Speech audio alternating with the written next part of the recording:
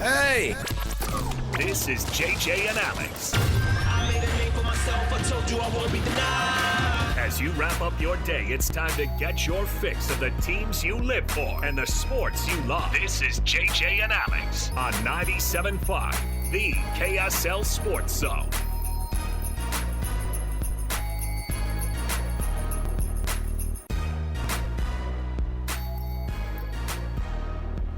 What's going on, everybody? Happy, what is today? Thursday. Yep, got it. I remembered it last second, but I got it. It was at the tip of your tongue. Here's why I know it's. Here's why I know it's not Friday. We're not at the boat show. That's true. I was thinking about like coming up with new slogans for the boat show. No, you can't. No, because it's perfection. Is it? The boat show is here. Better climb aboard. Boat show is here. Better climb aboard. How do you top that? Try to save your marriage. It's the boat show. Sweetie, I have the answer. Try to save your marriage. I'm trying to think of all the different things that could happen. He's like, they have corn dogs at the expo center. It's the boat show. I'm trying to think of ways you pitch it to your significant other. You know what I mean? Just like, honey, I think if we get this boat, we're going to get this thing back on track.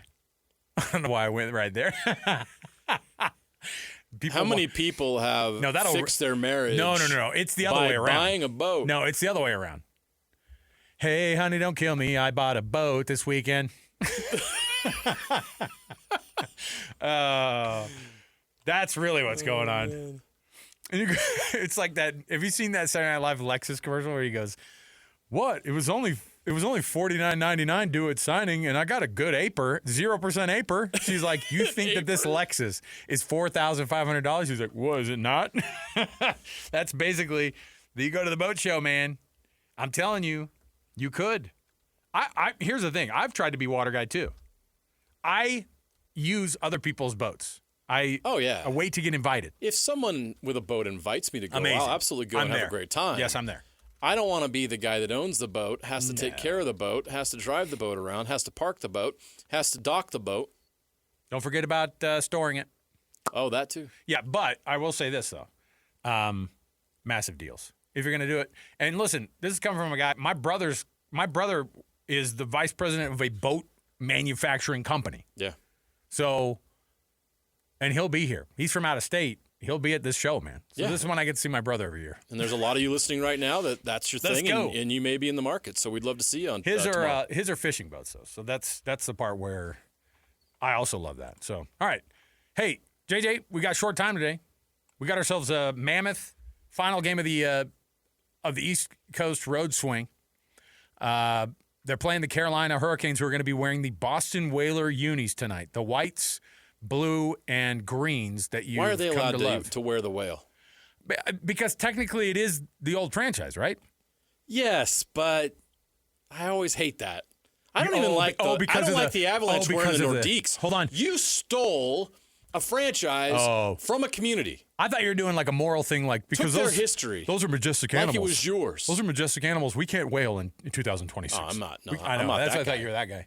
No, I don't care about the whales. I Now- care about using the history in the jersey as if it's your own. It's not. It's not yours. Listen, I'll take it for tonight because it's a great jersey. I like to see it every so often. It's to remember simpler times. If I bought a hockey sweater, I would probably buy that. That's what I'm saying. Like a Whaler hoodie they look is sweet. cool. Yeah. That Blue and green is nice. By virtue of them wearing those home whites with the Whaler gear on it, with the Whaler logos and everything in the colors, the Mammoth are wearing their all blacks tonight, which Good. I love. On the road, wearing the blacks That's against the gonna look Whalers. really nice. I know. That's what I'm saying. Like this is a fun for you gearheads out there. Good man. sweater night Ooh, tonight between it's the gonna be cool. Mammoth and the Hurricanes. Please, the whale for tonight. Got it. Thanks.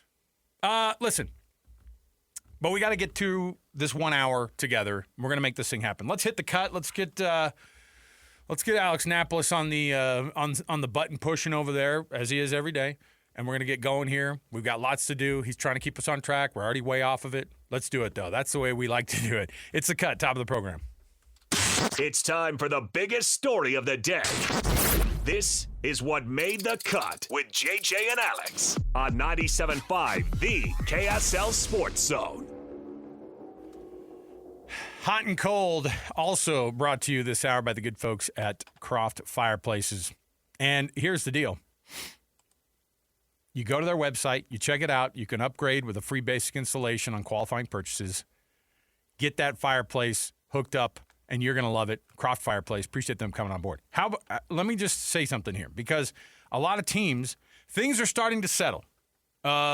Transfers and commitments and all those things. I think we're still burning embers here when it comes to this thing going, because you have, pending court stuff. You have all the conversations about who can and can't go to which teams and paying out. I want to know what Miami paid. Now, Miami's a private institution, right?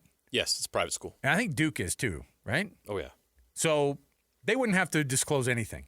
But for Duke to throw down we are standing pat on Darian Mensah, and then the next day to go, thank you very much for your business, to take whatever the settlement was. Apparently the buyout was significant. The question is, how good is he? So there's a top 100 transfer portal players and where they're headed and why it's a big deal. And we've got the top 100 in front of us. And I've got the quarterbacks in front of me, and I don't know if I like the order where they're putting these guys. So they're rated this transfer and the school they're going to, obviously the impact they can make, right? And, wherever that talent level goes. So number one on this list was Sam Levitt, quarterback for LSU. Do you think that's a number one move? I don't think he's the best quarterback out there. But I don't know. It might work out for him and Lane Kiffin. I'm skeptical. But number one, that's a hefty thing to carry. But I'm okay to go with it because he's had some good years. He was injured a bunch this year. Liz Frank. He had a what was her name? You remember Liz Frank? Yeah, she's a great Didn't gal. she go out with Liz Frank in college? Everybody who does go out with Liz Frank, they end up missing a year. Yeah, you end up with an injured foot. So yeah, he has a Liz Frank injury. That's what ended his season last year. Yeah, but that's not minor. No, and they're going off of, hey, remember that year when I led this team to the Big 12 championship and to the college football playoff? 16-4 as a starter over 2 years. Awesome, great. So he's a winner. Now, number two, I was scratching my head because I'm looking at other quarterbacks on this list. Number two on the list is Brendan Sorsby going to Texas Tech. I do not think he's the second best quarterback, the second best player in the portal. I don't think he might be a top 5, but he might be number 5. On the quarterbacks that were available. Are we skewed on that because we watched him get his butt kicked look by both of these mediocre teams? Against both BYU and Utah, and the defenses of Utah and BYU made him look like that when in other games he actually was able to show what he can do? That's a valid point. And how much was his team holding him back? The up-close and personals that we got, you're exactly right, with Brendan Sorsby was awful. Like, he had his worst game of the entire season against Utah, and then he had a bad game against BYU at his own place. And so we're probably going off of that. And everybody says he's a competitor, he's fiery, he's got the ability to run, but he can also throw. He's going to Texas Tech. They're paying top dollar. Yes, they are. Now, Drew Mestamaker coming out of North Texas, that's a dark horse guy who could make something happen. I think he's the best quarterback in the portal. Could be. I mean, he just came from out of nowhere. I think the NFL scouts would agree as well. DJ Lagway is going to Baylor. I think that guy was a big name and is just kind of falling down the list. He doesn't have it. Darian Mensah, you didn't even know his name until 3 weeks ago or a month and a half ago when they won the ACC championship. And I swear that Miami was like, you see him in the ACC championship? Take Duke to an ACC championship? We want that guy. And then suddenly he was the hottest thing on the market. Well, Miami needs a quarterback. They're losing those. Of course. Finally. He's 16th. After 10 years in college. I know. He's 16th. Did you see his essay that's floating around? No. Somebody got a hold of a Carson Beck essay that he wrote in a 450 level class, and it was very bad. And the teacher had some comments on it, and they kind of he started a couple of sentences with like. Wow. Like, if I'm going down the road, I don't want to see and he's typing that up. Like he was having somebody anyway. Well, you could tell he didn't use AI. But he graduated. I know, but he graduated 2 years ago. So there you go. Legitimately his. All right. Regardless, congrats on that degree. Yeah. Rocco Beck at Penn State is 34th on the list. Now, I'm miffed by this one because they rate Josh Hoover at the 46th best on the transfer portal class. This is a whiff. You and I would have been, would put him way above. He's a guy who's floating under the radar, throwing 4,500 yards with the last couple of years. His resume and what he can do, and he's going to be just dropped into that Indiana offense. He's thrown for 10,000 yards in his career and 77 touchdowns. But I think that's a perfect fit. I will warn you, though. You remember who else had similar numbers that transferred into BYU? Or Utah. You talking about Brewer? Well, there's Brewer. Brewer had incredible numbers. Oh, yeah, at South Carolina. It was like it was the same thing, like 9,500 yards. No, he was a Baylor. Oh, that's right. You're confusing him with the other guy, but the year before. But it was from South Carolina. That's right. Yeah. Whose name escapes me. He was so effective at Utah. Okay, so 10,000 yards, and he didn't even end up being the guy. Right. Benched after 2 games. So, but I think Josh Hoover should be in the top 3 of those quarterbacks that win. Because Indiana is the defending national champion now. They're going to have to put that thing around their neck. Yeah. And they're not going to be sneaking up on people anymore. And I think Josh Hoover is a quiet. Number 46 on this list? I think that's wild. Wow. Right? Okay, now here locally, the teams that are affected the most, the top 100 transfer portal players that were available. Number 19 on the list was J.J. Buchanan, who transferred from Utah to Michigan. 19 is high. But he was a freshman last year. He has and he potential. was productive, and he showed what he can do. And I liked him a lot, too. And I know that of all the guys that left, and that includes Smith Snowden and John Henry Daly, I think that was a tough one for Utah fans because they saw the potential, too. So you think that possible star at tight end. And maybe that 19 is because he is going to have longevity. Like he's going to have extra years. They pulled a kid that was a freshman that proved himself, and now they're going to get him for 3 years. JHD's got some injury to work through that's not going to be easy. On top of that, I think his eligibility will be maybe 1 year after this. So same as maybe Smith 2. Snowden. And then Smith Stone's a 1 year guy. So that's why they're 51 for Smith, 62 for John Henry Daly. I'm fine with that.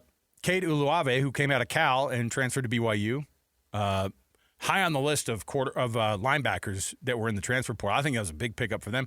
And then look at Utah State's Braden Pagan getting the Pagan gets the nod going to Utah at number 99. Yeah, and it gives him another weapon.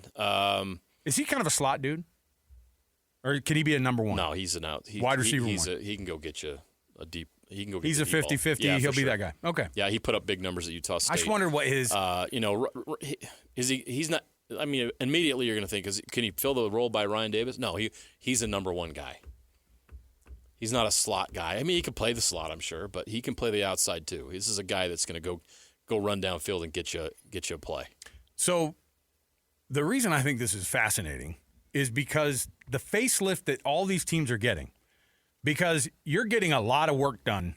If we're going to use that plastic surgery analogy, you're getting the full treatment if you're bringing in a new quarterback. You're getting, I mean, you're starting over basically. And like plastic surgery, this is expensive because all these quarterbacks cost a lot of money. Yeah, but I think Josh Hoover going to Indiana, I don't know who's coming back from Indiana. You know what's funny is that nobody knows still who a lot of these cats are at Indiana. Yeah. You knew who Fernando Mendoza was, and that was it.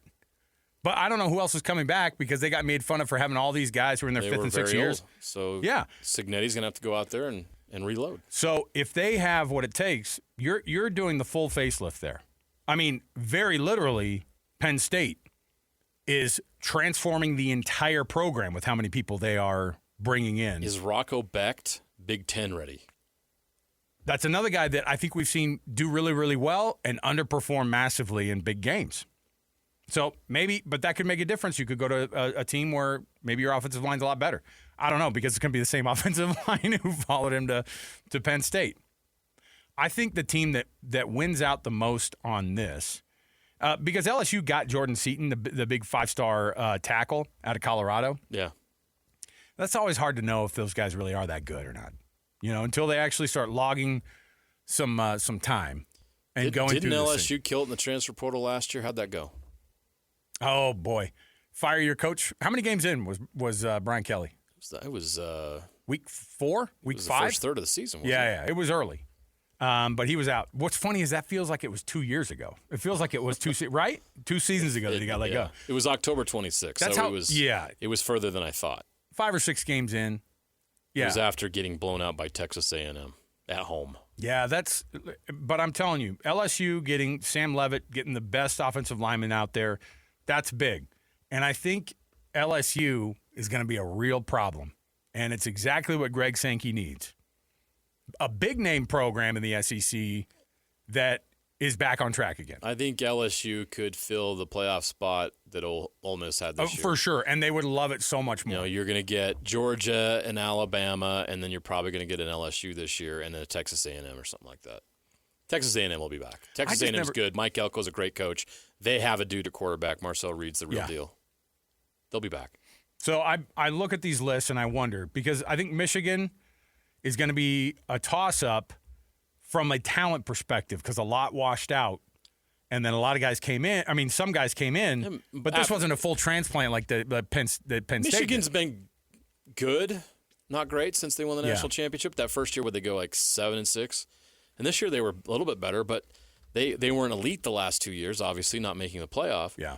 Can Kyle Whittingham and some of the guys they're pulling in there, can they make that leap in his first year? I'm skeptical of that. But Michigan's always had talent. That's never been the problem. Could the coaching be the difference? Could the new offensive scheme for Michigan be the difference? We're obviously all going to be watching that to see how that shakes out. But if Michigan can take a leap in the Big Ten, that would be great for that league, and it's very possible. But it's hard to see anybody breaking into that top 3 right now with Ohio State, Indiana, and Oregon. Is USC going to make a run and a jump? Some people think they are. Yeah. Michigan, I mentioned Michigan. There's some other teams in the Big Ten. Maybe Iowa's always lurking there. So there's a lot of good teams in the Big Ten. Is Michigan the third best team? Can they become the second best team, or are they down the line? I don't know what the situation with Bryce Underwood really is. Like, I don't know how good he really is. Can Jason Beck get the most out of Bryce Underwood? Because that's a guy that was highly recruited out of high school. But he's more of a pocket passer, isn't he? Sure. There's no reason why Jason Beck can't get the most out of him. I mean, I think that one of the strengths that Jason Beck has is his versatility. He's able to work with guys that are different and find a scheme that matches the play of his players instead of saying, like another Utah offensive coordinator, this is what we do. You match what we do. Oh, yeah. Well, and Kyle has the Kyle way, and he's going to Michigan's best thing that they did, obviously, was a home run of a hire of a Hall of Fame coach. Considering the circumstances. Because then it also kicked off bringing one of the best defensive minds in the country, an on-the-rise offensive coordinator who just produces yards and points. Like, people look at Jason Beck and they go, if he could say, Google me, just Google the stats on him. Like, what does he do? He creates insane numbers. Yes. Like, New Mexico has no business being in the top 5 of total offense, and they were 2 years ago. Yeah. And Utah is not known to be the 40-point-a-game team usually. And so, in the old Andy Ludwig days, now Cam Rising sort of changed that. When Ludwig had the right guys, when he had Zach Moss and Tyler Huntley at their best, they were able to do it. When they had Brant Keithy and Cam Rising healthy, they were able to do it. But it required that you had elite players. And that's the case anywhere. Yeah, I'm really bummed out how the transfer portal changes teams so much that it's going to take years to revitalize it. Like, a rebuild has to happen in college football now. The good news is the teams that have the money, a rebuild can now happen in one season. Indiana became a national power in 2. A national champion. Yes. Like, they were a national power already in 1 year, a national champion the next. Yes. And look what Arizona State did. They killed it the first year with Kenny Dillingham. Look what BYU's done in the Big 12. They changed completely from from year 1 to year 2. After the first year, getting through all that, and then do what they've done in the last 2 years has been their records right up there with all the best teams in the country. By the way, we went back. We were looking at our predictions for the year. Dude, you deserve a mountain of kudos. We were doing so in July of last year. I didn't get it wrong? Napolis. He wasn't here when we went over this with Sly, right? When we went over the preseason predictions that we had given about these guys. He wasn't here. Sly was here, yeah. And here were our dude, you were like Nostradamus over here. So you whiffed on the Holy War Big 12 championship. Fine. 2 Big 12 teams in the college football playoff. No, but it was close. Utah State gets 8 wins. Not there. But We got 6 into a bowl game. Spencer Fano wins Outland Trophy. I said that? Yes. Oh, my gosh. I feel like you went back into this document and revised it. Can we see I the history totally of this cheated. thing? I had to. I'm an idiot. Can we go back? It's like the college professors now. They can go dip back in and see. Oh yeah, this was on January 1. Trying to take some credit. 25-10 touchdown interception ratio for Dampier. What did it end up being for Devin? Because I think that it was 5 picks. It was even better. Wow. Again, okay, so there you go. And then L.J. Martin, 1,000 yards. Yeah, he was 24-5. L.J. Martin, 1,000 yards. Yep. BYU player with 10-plus sacks. Didn't get there, but the defense was really good still. I had not as good. I did say that BYU and Utah were going to be were going to be ranked when they faced each other at the end of the year. I also said Bryson Barnes' first team, he was second team, Mountain West. I did say a 2,000-yard wide receiver for Utah. I debate. 2,000? I don't think that Or I said 1,000. it. I said. Now somebody did go in and change the doc on that, brother. I did not say a 2,000-yard receiver. That'd be nuts. But I did say a 1,000-yard rusher for BYU. Do you say that nobody got double-digit sacks for BYU? Oh yeah, did somebody?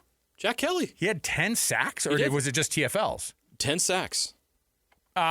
He had 55 tackles, 10 sacks, 1 pass breakup, and 2 forced fumbles. You're a genius, dude. Add it And to a the blocked, list. And a blocked field goal. Add it to the list. You did phenomenal. Blocked field goal return for a touchdown. Dampier 65%.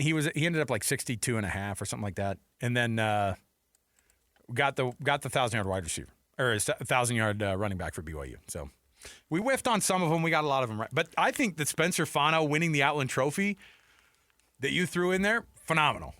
Because it's the first Outland Trophy winner at Utah. That's kind of a stretch to be like, hey. It had never been done. The big stretch for me was we both said this, a Big 12 championship featuring BYU and Utah. It was close. Yeah. It was really close. Just needed one more, obviously Texas Tech needed to lose one more game, and that's exactly what we would have got. All right, so we got a lot going on here the rest of the programming. We're gonna get you the Jazz Daily. How about that Utah Jazz team last night? They lose.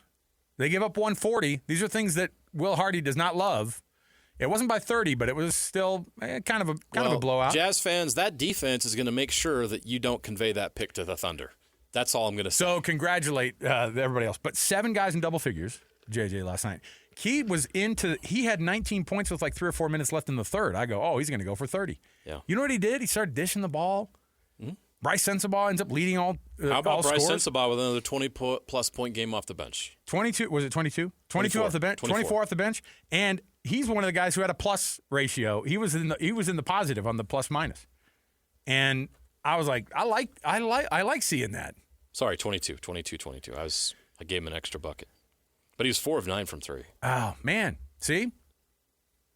But 7 guys in double figures, and they were moving the ball around. Kyle Filipowski was good last night. Think of 12 points. But more importantly, look at the minutes, how they're spread across those guys. He's just getting them on the floor, and he's making them pass the ball to each other and shoot away. Let's get this thing going. Played 10 guys last night. Get this confidence going. And so they take the loss against Golden State. We'll come back and we'll talk a little bit more about that. We'll get into some of the trade rumors, of course, across the land of the NBA. And of course, it's that time of year for us to make all sorts of crazy requests of the Ainge family. Please just make something crazy happen. Or don't. I don't know which one's going to be. But we'll come right back. We've got more to go right here. 97.5 VKSL Sports Zone. You know what's coming. Your daily deep dive into everything Utah Jazz. It's time! All season long and even in the off-season, it's Jazz Daily with JJ and Alex on your exclusive home of Utah Jazz basketball. 97.5 VKSL Sports Zone. The sweet tones of John Tesh. Where's Dave? If I'm him, What happened to Dave? do you think Tesh did all? I bet Tesh did all of the. He did every instrument, Oh, for sure. guaranteed. Because he goes in the studio, he has all this, and he just goes, all right, next take, piano, next take. He's the Dave Grohl of He can do all of jingles. it. Yeah, absolutely. Of sports opens. Yeah, absolutely. Short show today. We're going to bring you Mammoth hockey starting at 4 o'clock. They're taking on the Carolina Hurricanes that are dressed as the Hartford Whalers in the old school jerseys tonight, and the black jerseys, black sweaters for the Mammoth tonight for their last one on the East Coast here. If they steal a win there, or even an overtime loss, you escape with a point. At least you get 5 out of a possible 8 on the road. Nice. They get this one. They get 6 out of 8. Phenomenal. We thought they'd go maybe 2-2 on this roadie. You just wanted them to beat Nashville. We'll get into that a little bit later, but yeah. Hey, we got a winner this week, of course, of our world famous KSL Sports Zone and Beehive Meals Hero of the Week.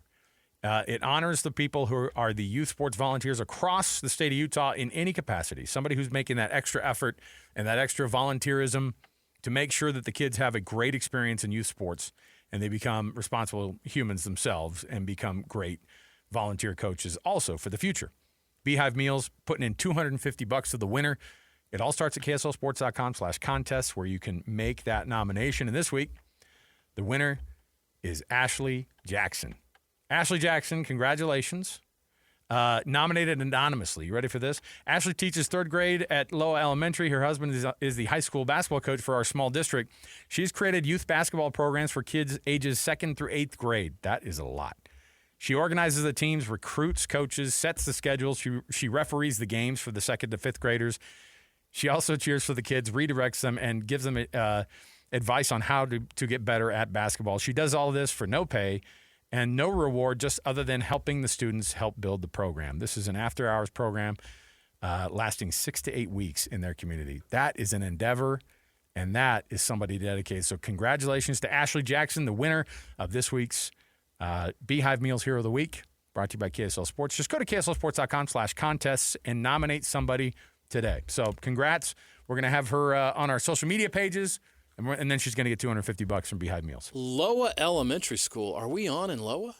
Oh, yeah, man. If you're hearing us in Loa right now, shout out to the Wayne District and Wayne County and all you folks at Loa Elementary School because you know where Loa is, right? Yeah, man. It's on its way on your way to Torrey. I've driven through it many times. Yeah. Is that the place with the fake cop sitting? They put like a mannequin in that car so you'd slow down going through there. It's one of those places. But yeah, Loa, it is remote. You'll miss Loa. It's beautiful down there. Oh, my gosh, yes. You're near Capitol Reef National Park. And, Yeah, man. no, it's awesome. Congrats. I love getting the Hey, far-flung. shout out to Loa today. Yeah, I love the far-flung nominations. Keep Love it it. coming. Let's go. All right. Jazz Daily, of course, as we walk into this one, the Warriors are playing some decent basketball right now. I posed this question to you before the show because everybody kind of sees correct me if I'm wrong, but you kind of see the Golden State Warriors as not really knowing who they are right now because They're in a weird spot. yeah, Jimmy Butler injury obviously taking him out. Yes. And then, Draymond is at whatever year in his career. He's not going to be there for long. Steph is definitely not in the total prime of his career either, although he's still producing quite a bit. But then after that group of young guys, would Golden State be interesting for Giannis to land at? Could they make a run? Could you give up enough salaries? Could you give away that Jimmy Butler contract and then start putting in some names, man? That's interesting. We all were skeptical that the Warriors would be able to add a star to Steph and Draymond a couple years ago at a deadline when they got Jimmy Butler, which got it extended their window a little bit. Obviously, they didn't get to the finals with Jimmy Butler, but it kept them in the mix. It kept them relevant when it comes to the playoffs. Was that also when they tried to get Lowry too? Oh yeah, well they've been trying to get Lowry for Forever. 3 years now. Yeah. I mean, half the league's been trying to get Lowry. Well, it's interesting because I thought, where does he want to land? And what would be good? Because he can't just go New York, Miami. He said he wants to go to those places, and it's like, okay, but does it work? Can you make it work? So the Warriors coming to town last night, but they're on kind of a heater. They're playing Knicks, some Heat, good. Warriors are probably the places where he would like to go. It's kind of that middle ground between what teams can actually put something together, what teams are contending, because you don't want to go all in on Giannis if you're not. Like the Jazz, it makes no sense no sense to go after Giannis. You're not in that position. And, of course, the Warriors still have a window. When you have Steph still playing at an all-star level, Draymond Green is Draymond Green, and you've got some good complementary pieces there. How much do you have to give up, though, to get Giannis? You probably want to move Jimmy Butler's contract, and then after that, I don't know. I would love to see a package they could put together, but those are probably the top three. Spurs, Rockets, Pistons, maybe. Okay. But the Warriors are certainly in that mix. Gosh, the Spurs. Could you imagine? They've got the assets. And if you're the Spurs right That's now, all they need. You do this now We while need a Giannis is boost. still on his rookie deal. Oh, you got all that young talent still on the rookie deals, and you could throw in a Harrison Barnes, a De'Aaron Fox, and some picks. Yeah, they were already, The Spurs have more loaded picks than up. the Jazz. They're already loaded up on picks and guards. So you could add Start offloading. Giannis Yeah. to a mix of Dylan Harper and Stephon Castle and Wemby. Wow. Tallest lineup in the history of the game. Can you imagine? It'd be awesome. I mean, terrible. Giannis is 31 though, so Yeah, he's getting there. not that he's over the hill. but I'll say it. He's not in his 20s. Past his prime. No, I think I agree. But it'll be interesting. Either way, the Jazz get beat up by the Warriors last night. I say they get beat up because they gave up 140. They keep doing this. But 7 guys in double figures on the scoring side of things. First time Keontae George and Lauri Markkanen have been on the same starting lineup in 8 games, with both of them missing for various Last things. time since the Cleveland Cavaliers went on the road. So it's interesting to see this team still developing. There were so many good stories. I actually saw Chandler in the elevator, and he was jacked up about this, man. He was like, "Man, that was a great game last night." And I was like, I think it's an interesting spot to be in when you can say, lost by 16, great game. But like you said, the defense is going to get you to not convey that pick to the Thunder. You need to give up 140 a night. Some nights you score 142 and they score 140, and that's kind of how they've been winning games. If they do it, they're kind of they're shooting lights out. So giving up a lot of points like they did last night, and the Warriors just keep ticking up the standings in the West, and they're currently 8th in the standings, so in that play-in position. But yeah, I liked last night's game. It was fun to watch. Key got to 19 points with 3 minutes or 4 minutes left in the third, and I was like, oh, he's going to take over, just score some more points. He starts dishing the ball, and they start passing out minutes to a lot of guys who all need it. Hey, they cut it to 8. The Jazz were competitive last night. They were there. I like seeing the development. I'm starting to buy into the young group showing progress, slowly but surely, churning its way up the tracks to a superstardom maybe in the future. Here, How about Ace Bailey's last 10 games? You want to see the numbers? He scored another 20 last night, right? Yeah, 15 points per game. This is as a rookie. 4.4 rebounds. He's shooting 34% from 3. As a rookie, I'll take that. As a rookie, he's shooting 34% right now.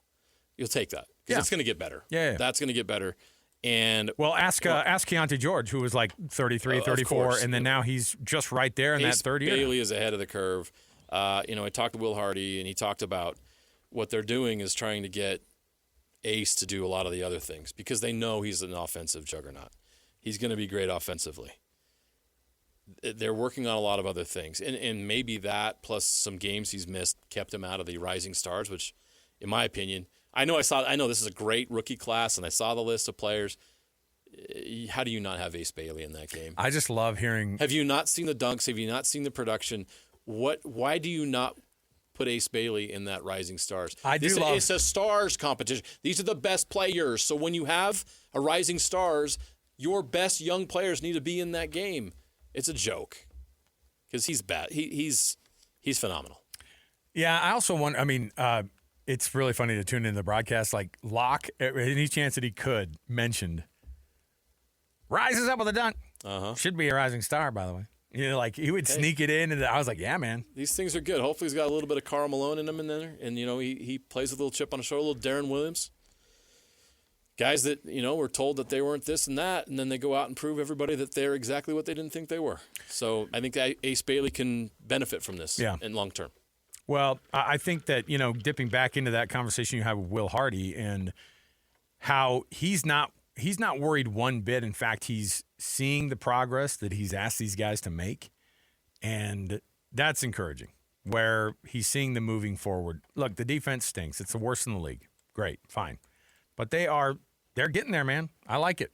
I like how tough these kids are playing, and I say these kids because they already had the youngest. They already played the youngest lineup in the history of the Jazz, right? A couple weeks ago. Yeah, it was like everybody under the age of 21 or something like that. Pretty it was like wild. One old guy at 21 years old. Yeah. So what that means is exactly what they're saying. We got a lot of young guys, and we need to move them in the right direction, and they are. All right. Take a break here. Guess what we have coming up at the top of the hour? We got you covered with some Utah Mammoth hockey. We'll get to a quick Would You Rather, and we'll get you ready for the Utah Mammoth and the Carolina Hurricanes coming up. Pre-game right around the corner, so stay here, 97.5, the KSL Sports Zone. Ladies and gentlemen, The biggest name. You're locked into JJ and Alex. With the insight and analysis on the teams you can't live without. This is 97.5, the KSL Sports Zone. All right, everybody, welcome back. JJ and Alex, 97.5, the KSL Sports Zone. One final ride with Hans and Scotty tomorrow. You can go check it out for yourself live, noon to 3. Tim Daly, Mazda, and Sandy. Swing by, congratulate, and chide Hans all at once because you're going to miss him. That's a heck of a run. 19 years, man. Wild. We're going to miss Hans. So tomorrow, you got the chance to go out there and check it out. They're presumably their final show together. At some point, I feel like they're going to still be doing. I think a reunion tour is you going to happen. you can never totally Think they're going to get the band back together put someday? a pin in it. All right. So that's tomorrow at Tim Daly, Mazda, and Sandy, 10785 South Automall Drive. There you go. Mammoth and the Panthers coming, or Panthers. Mammoth and the Carolina Hurricanes after the win over the Panthers on Tuesday. How's this one shake out? Because this is a really, really tough Carolina team. And you know what they like to do is shoot. Last year, Veggie had to have he faced 49 shots. How do they deal with that tonight? Because they like to pepper the goalie. It's going to be tough. Look, this is the end of this trip, and what the Mammoth have done is phenomenal. This is all gravy. They've already accomplished so much here. I don't think they're going to win this, but if they manage to do this like Coach Turney just said, oh my gosh, like that, they've taken another step. That's some loser talk, JJ. I know. That's why. That's why I'm not in their locker room. We're gonna have to tell Bear tomorrow what your attitude was about it today. I'm a cynic. Oh yeah, no, you're gonna throw me on the bus tomorrow. No I way. can't wait. All right, Mammoth coming up next against the Carolina Hurricanes. Stay right here, 97.5 the KSL Sports Zone.